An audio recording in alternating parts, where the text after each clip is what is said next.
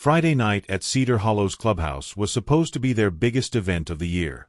The place was glowing like a cheesecake factory, every light blazing, when suddenly everything went dark. The chandeliers stopped mid-sparkle, the DJ's yacht rock playlist choked to silence, and 100 wine glasses froze mid-clink.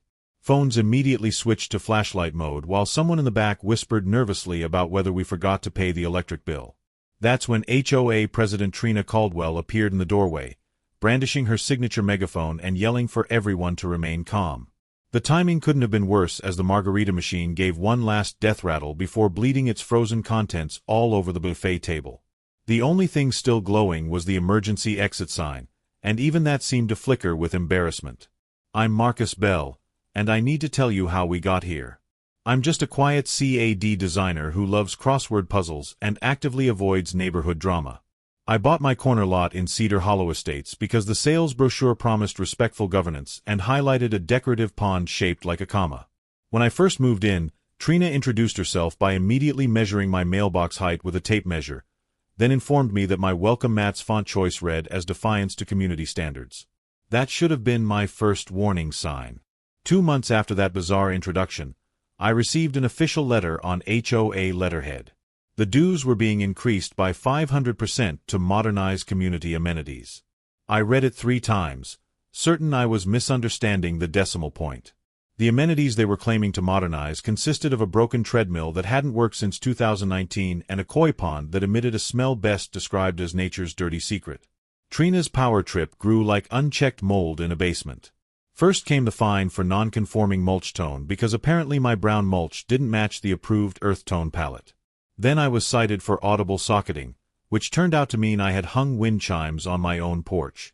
The third violation was for curtains visible from space, which was her dramatic way of saying she didn't like my linen window treatments. She patrolled our streets every dawn wearing a sun visor and carrying a laser tape measure, peeking over fences like a meerkat with a badge and too much time on her hands.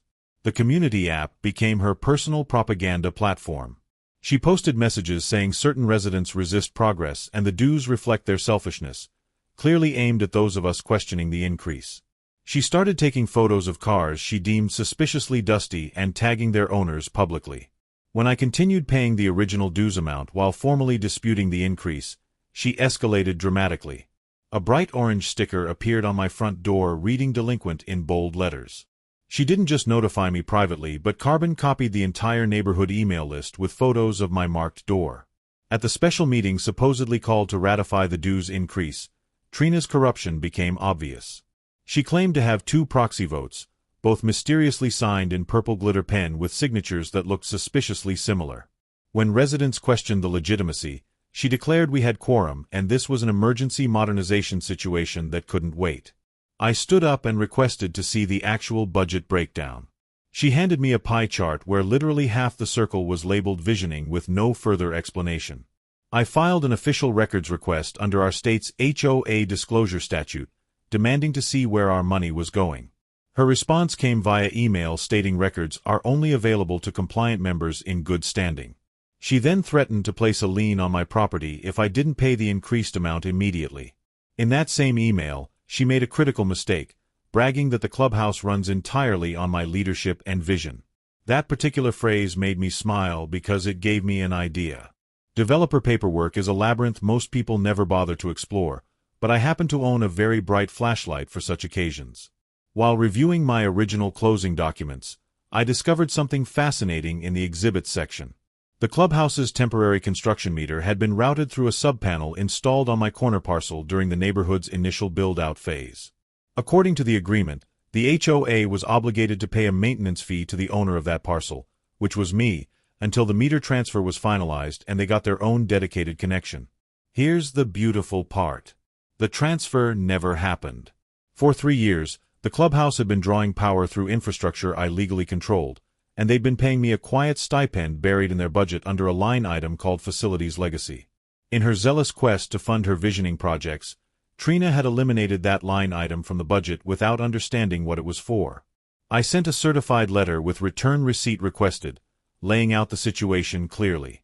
Either restore the maintenance contract and reverse the unlawful dues increase, or I would exercise my right under Section 11.4 of the easement agreement to terminate the private feed. Her response arrived in my inbox within hours, written entirely in capital letters declaring you cannot hold U.S. hostage over technicalities. I forwarded her hostile email to 3 parties who would find it very interesting: the utility company, the city inspector, and my attorney. The utility company verified the unusual wiring situation and confirmed my legal standing. The city inspector discovered that Trina's recent upgrades to the clubhouse, including a new sauna, had been done without proper permits. My attorney prepared the necessary documentation. On Friday at exactly 7 p.m., the utility company disconnected the clubhouse from my sub-panel pending code corrections and a proper meter application. Which brings us back to that darkened gala. Trina's crown jewel event of the social season suddenly plunged into chaos. She climbed onto a chair, megaphone in one hand and an emergency candle in the other, trying to maintain control. The fire alarm started chirping, triggered by heat from the catering sterno cans that weren't supposed to be used indoors without proper ventilation. The health inspector, who had been invited by a concerned neighbor that may or may not have been me, took one look at the dark kitchen and immediately shut down the entire catered spread for safety violations. The treasurer, finally able to ask questions without Trina shouting her down, hissed loudly enough for everyone to hear, asking why the utility bill was filed under Marcus's property records. The utility representative, wearing a hard hat with a built-in lamp, explained the easement situation to the growing crowd. He detailed how the expired contract worked and, more importantly, revealed the illegal electrical load from the new sauna Trina had installed under her wellness initiative without proper permits or electrical inspection. I arrived fashionably late, carrying a small battery-powered lantern and a thick binder of documentation. The DJ actually cheered when he saw me, which I hadn't expected but certainly appreciated. Trina immediately accused me of sabotage, her voice cracking with rage as she pointed at me dramatically. I calmly opened the easement agreement to the exact page showing her signature from last month, acknowledging receipt of my formal notice about the power situation. The crowd let out a synchronized gasp that would have been comedic if it wasn't so satisfying. My attorney, who had been waiting in the wings, approached Trina with a demand letter. It required the immediate rescission of the 500% dues increase, full refunds of all illegally collected assessments, and a properly conducted vote under the actual bylaws we were supposed to be following. While she read it with shaking hands, the inspector placed a bright red tag on the sauna door reading stop work order, explaining that it would need to be completely removed due to multiple code violations. Within 1 week, the emergency board meeting was called, lit entirely by folding camp lanterns I had labeled property of Marcus, because I do have a sense of occasion and wanted everyone to remember this moment. The board unanimously voted to reinstate the original dues amount and issued full refunds to all residents who had paid the inflated rate. They then held a vote of no confidence in Trina's leadership, removing her from the board by an overwhelming majority. The utility company installed a proper standalone meter for the clubhouse, but only after the HOA paid for all necessary permits, inspections, and what was officially listed on the invoice as visioning sauna removal and remediation. The insurance company, thoroughly spooked by the code violations and improper governance, required the entire board to undergo 40 hours of governance training and submit to an independent financial audit. As for Trina, she was formally censured by the board and fined $8,000 for the unauthorized expenditures she had approved without proper board consent. She was also banned from all common areas after dusk for 1 year pending safety remediation training.